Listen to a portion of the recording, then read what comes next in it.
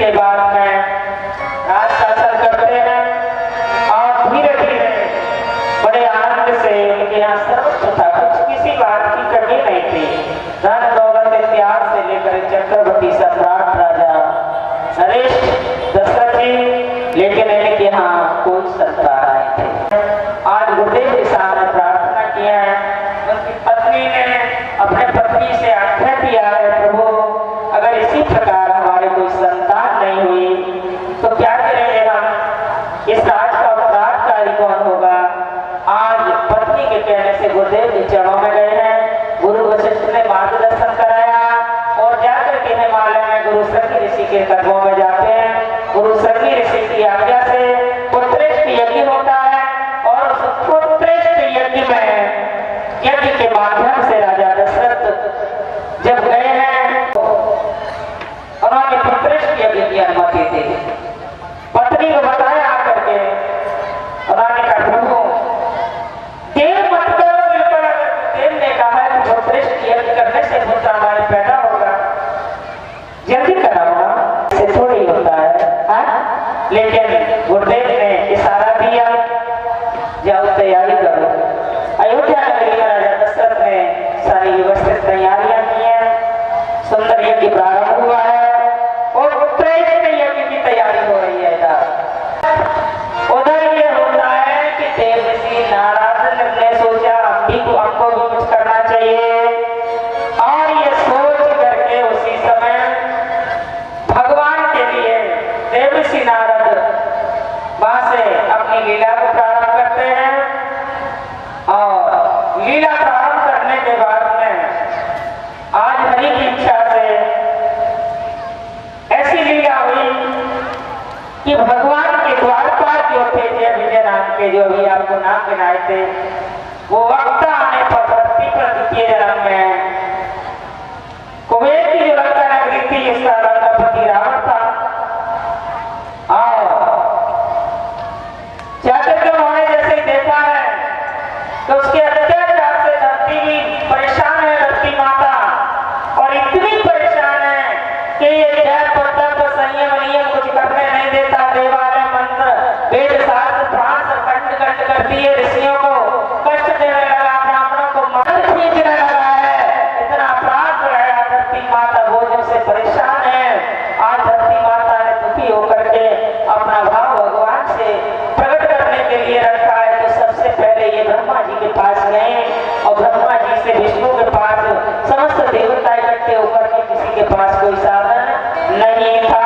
जब जब धरती पर कोई संकट आया है, कोई परेशानी आई है, तो गौ माता ने सबसे ज्यादा हमारी रक्षा की है, सबसे ज्यादा रक्षा की है।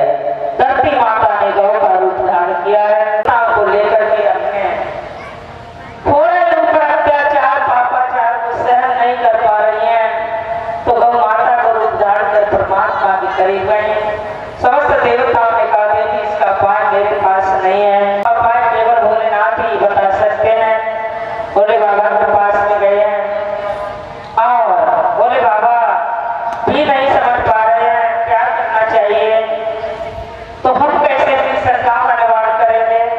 ब्रह्मा भोलेनाथ समस्त देवताओं को लेकर के देवलोक से चल करके क्षीर सागर में पहुंचते हैं। शेषनाग की सैया पर शयन किए थे, वहां जाकर के प्रार्थना की है, दयानिधि अब तो लो अवतार, दयानिधि अब तो लो अवतार, क्षीर सिंधु में सोने वाले जगतपति जगदाधार दयानिधि अब तो लो अवतार।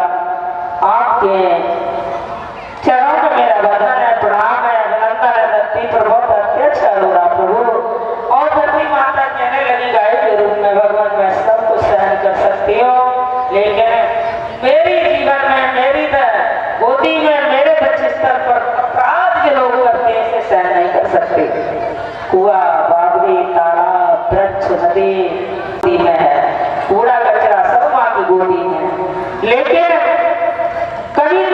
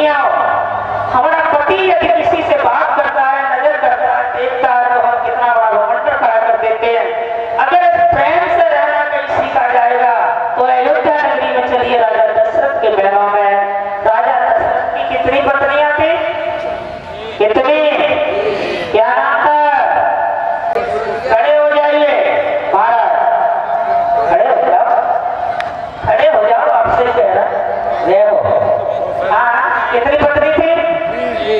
क्या नाम था? कौशल्या, सुमित्रा और केकई। धन्यवाद। राजा दशरथ के 750 पत्नियां थी। कितनी कितनी थी? 750। लेकिन 750 पत्नियों का यहाँ वर्णन नहीं करेंगे, ये आनंद रामायण की कथा है। अगर किसी के पास हो तो प्रश्न नंबर 16 में देख लेना। और वही 750 विवाह क्यों किए, इसका भी कारण है। अहवंश को नष्ट करने का संकल्प लिया था और उन्होंने एक वादा रखा था कि जिसकी एक प्रथम वर्ष की एनिवर्सरी नहीं होती थी तब तक उसे छोड़ देते थे। ये मारे डर के अहवंश के क्षत्रिय कुल में पैदा होने वाले क्या किया कि वर्षों बीत जाने से पहले ही विवाह कर लेते थे। तो उन्होंने लाइन लगा दी, अपनी जिंदगी इतनी प्यारी थी, 750 विवाह कर ली है। लेकिन आज तीन ही पत्नियों को प्रणाम करेंगे। आइए रामायण जी में कौशल्या, केकई, सुमित्रा 3 पत्नी हैं। धीरे धीरे समय आने पर ये गर्भवती हो गई, समय पूरा हो गया, 9 महीने पूर्ण चल रहे हैं। चैत्र का महीना है, बड़ा सुंदर समय है, दिन बुधवार है, आज दोपहर का समय है। सूर्य नारायण भगवान को बड़ी प्रसन्नता है मेरे कुल में। आज पुरुषोत्तम परमात्मा भगवान नारायण अवतार लेकर के आ रहे हैं। गति को ही रोक दिया, 1 दिन के लिए, 2 दिन के लिए नहीं, 6 महीने के लिए। हाँ, अब रात्रि नहीं हो रही है। जब रात्रि नहीं हो रही तो उस मधुर दृश्य का दर्शन सभी ने किया है। त्रिलोकी में एक व्यक्ति रहेगा, कौन रहेगा? चंद्रमा। क्यों? से जब दिन नहीं जा रहा है, सूर्य देवता नहीं हट रहे, तो चंद्रमा आए कहां से? वो तो रात्रि को आ गए। चंद्रमा ने कहा चिंता मत करो, हम भी बदला लेंगे तुमसे। हम कोई कचरे में सूख के तो आए नहीं है, तुम्हारी सृष्टि में बनाई हुई हम भी तुम्हारे कोई न कोई लगते हैं।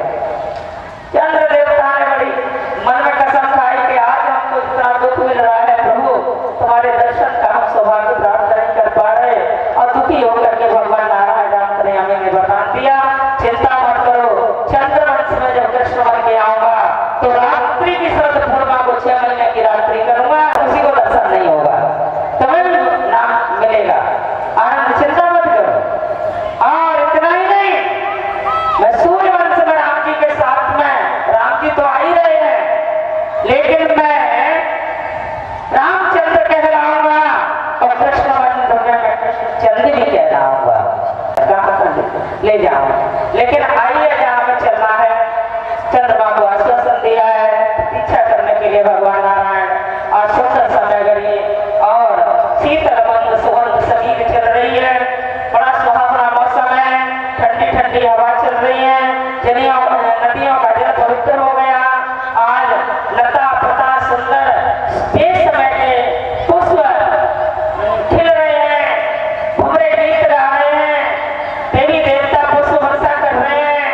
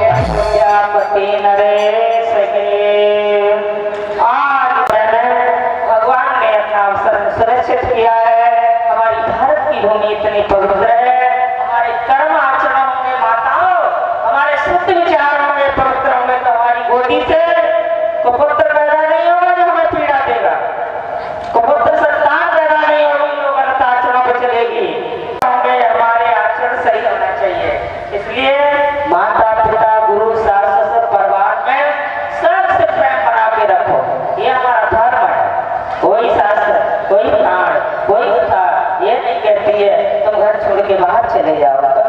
कहाँ जाओगे? दुनिया में हर जगह क्या है? ये शरीर जिसका बना है वही तो है? चित्त जल पावन गगन समीरा, पंच तत्व ये अधम शरीरा। पांच तत्व यहाँ शरीर में है, अग्नि पृथ्वी वायु। तुम यहाँ से गंगा सागर केदारनाथ से लेके बद्रीनाथ से लेके और इतना ही नहीं, भारत छोड़ के देश चले जाओ, कहीं भी चले जाओ, अदर कंट्री भी चले जाओगे तो भी ये सब साथ जाएंगे। कभी कभी घर में रहने से भी पैंट शर्ट पहन के ग्रस्त धर्म में सत्य हो जाते प्यारे। दाढ़ी लटे जटाधारी बनने से भी वैश्यगामी हो जाते हैं। इसलिए भेष देकर के तुम्हें कभी नहीं जाना है, तुम्हें तो चरित्र का निर्माण भाषा से करना है? तो आइए यही सोचने के लिए, मजबूत शक्ति प्राप्त करने के लिए हम अपने जीवन को रामायण जी के सानिध्य में प्रवेश किया है। रामायण जी की कथाओं को प्रणाम करते हुए आज वो समय सुंदर आ गया।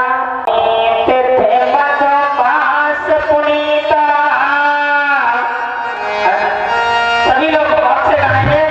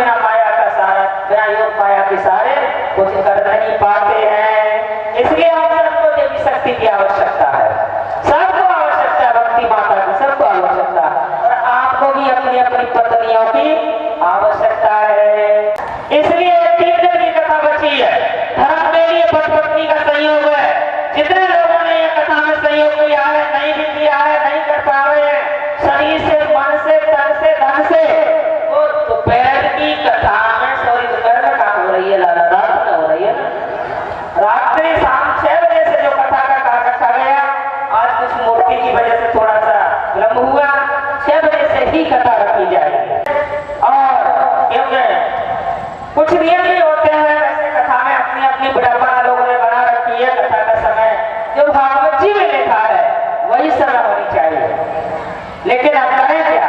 7 कसाई, 7 5 कसाई और 1 जन्म की परदेश की कचरा बसे आई। परदेसी दूर के मारे, डर के मारे कई रात में बैठ गए। हाँ, इसलिए 7 5 कसाई और अकेले हम लोगों की कचू न बसे आई। भैया कई रात में कथा करो तो रात में कहने लग गए, लेकिन प्यारे कथाओं के कुछ नियम होते हैं, ठीक है? आगे कभी भविष्य में ऐसा कोई भी कार्य आप करें तो सबसे पहले कथाकार के पास जाकर के सुमति कीजिए। चाहे देवी भागवत कराओ, चाहे राम कथा कराओ, चाहे रासलीला कराओ, चाहे रामलीला कराओ, चाहे शिव पुराण की कथा कराएं। आप लोग 2 4 बुजुर्ग भाई जा नहीं सकते हैं तो फोन पर बैठ के घंटों चर्चा करके परामर्श करिए। फिर एक ही साथ में सुंदर का गायन कराइए। मैं इस बात का 100% संकल्प लेकर के ये आपके सामने मैं वादा करती हूँ कि व्यासपीठ से जो भी आप मांगेंगे वो मिलेगा आपको। एक हो जाना चाहिए। अब दिक्कत आएगा तो नहीं होता है।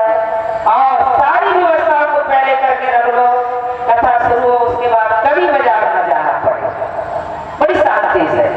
अब चक्कर का है यहाँ चला चली का मेरा धक्का मुक्की पड़ी तो कभी न कुछ चीज खत्म हो जाती, कभी कुछ हो जाती, जाना पड़ता है। इसलिए व्यवस्था में कमी रह जाए, तुम्हारी कथा सुनने में कमी न रह जाए, चलेगा। आप कथा सुनिए बैठ करके, समझो ना समझो, सुनो बैठ के। आज राम जी की कृपा से इधर क्या हुआ, राम के साथ में उस महामाया की कृपा से, माया किसको कहते हैं? ईश्वर जो है अपने स्वरूप को किसी भी स्थिति में बोलता नहीं है। अच्छा तो भी ठीक है, बुरा तो भी ठीक है, सुख दुख समानता, जैसे ऋषि मुनि महात्मा है। एक प्रमाण है, महात्मा को कभी आपने हॉस्पिटल में नहीं देखा होगा।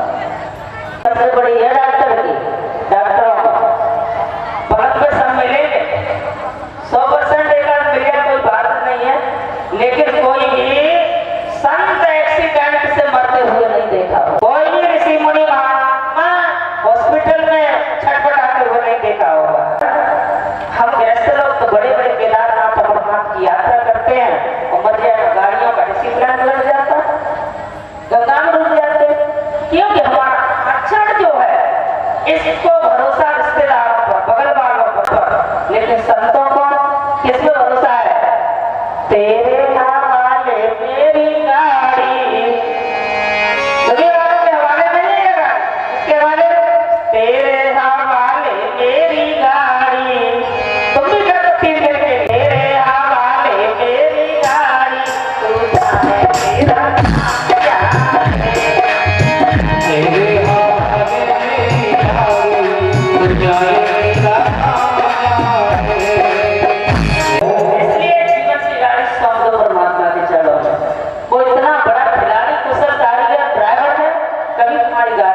घटना नहीं देगा, न परिवार की, न जीवन की, न व्यवस्थाओं की। विश्वास तो करो, एक बार करके तो देखो।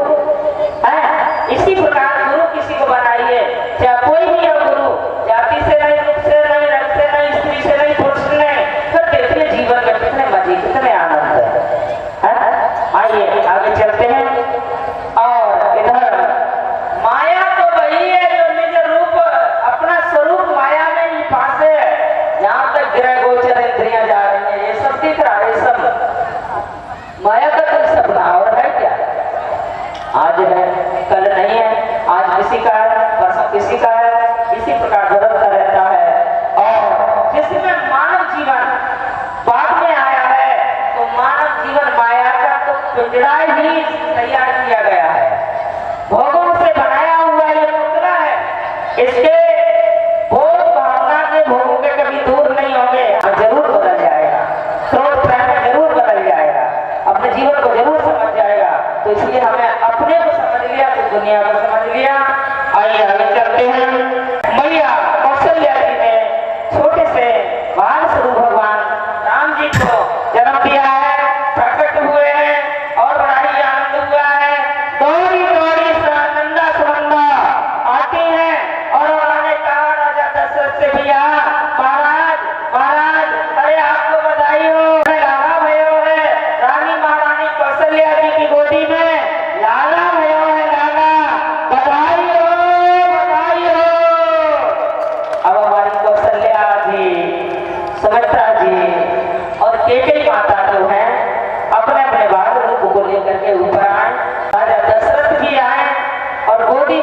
के तीन और चारों पुत्रों को यहाँ विराजमान होगी।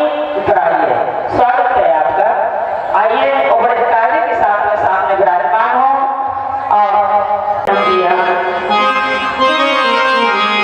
और इससे पहले ये हमारी कौशल्या जी, सुमित्रा जी, जय हो, और केकई जी हैं। कल हम बड़े स्वरूप की झांकी का दर्शन कराएंगे आपको, और बाल स्वरूप में चार चार लालाओं को लेकर के आ रही हैं। आप आने के जय हो। आइए आज अवध में बैठ जाओ। अब ये मत समझ लेना कि राजा दशरथ के चार पत्नियां बैठी हैं।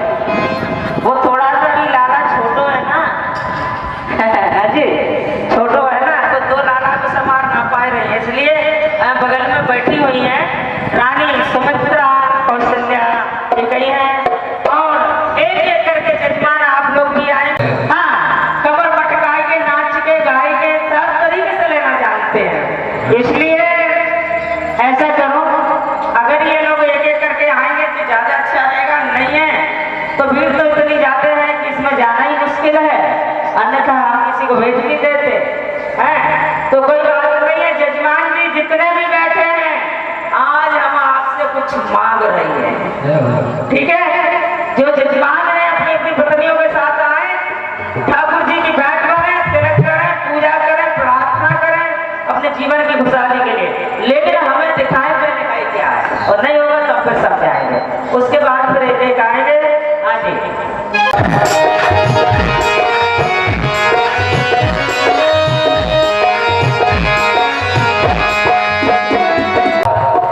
एक एक से आगे काफी समय लगेगा। सभी लोग आते रहे और भैया जी आपको थोड़ा सुखी रहो। मानव भगवान के चरणों में हम सब कुछ समर्पण करने जा रहे हो। यही थाली रख लो और तिलक तो काटे लोगे, नाना बहुत छोटे हो गया है। ये पुष्प रख दीजिए, ऐसे पुष्प चढ़ाते रहेंगे। भाव में भूखा तो भाई क्या है, भाव ही के साथ है और भाव से खुद को बजे थे, भाव से मेरा पार है। भैया मुख्य जमान हाँ देवी चित्रा जी, ये वृंदावन से ब्राह्मण लोग आए हैं, इनको तिलक करो और बधाई दो। ये आपका भट भटका सब है। एक एक करके उतरते जाना, सभी लोग पूजा करके, ठीक है, खूब आनंद करना। आज हमारे ब्रजवासियों को भी सम्मान की वो बधाई ही केवल लेते हैं, ब्रजवासी मांग करके, जय हो। और बाकी तो अरे भाई साहब सुनो, हेलो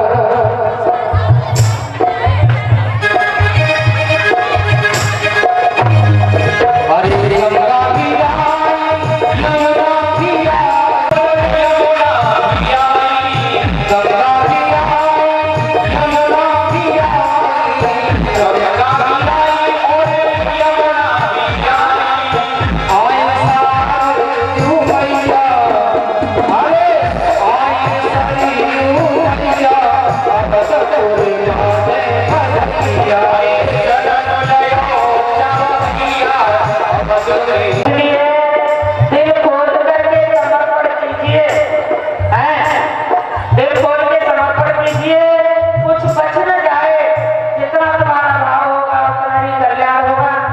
एक एक गुरु बढ़िया भगवान की कृपा से ठाकुर जी को भेंट कर रहे हैं, जैसे लाला बस उठावे हो, टोपी लावे, भाव से अर्पण कीजिए। जय मैया गोरिया, राजा राजा की आए, रंग की आए, राजा की आए, रंग की आए, राजा की आए और रंग की आए, आए सब सखी मिले आए,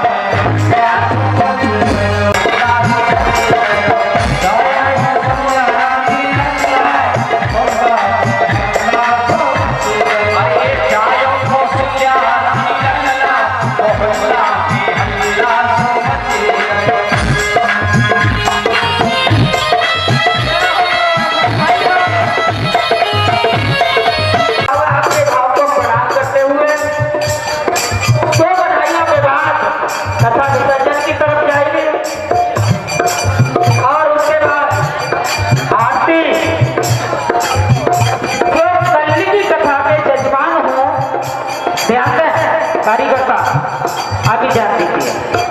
जो कल्ली कथा के पूजने के जजमान हो वो हमारी कमेटी को नाम नोट करा दे।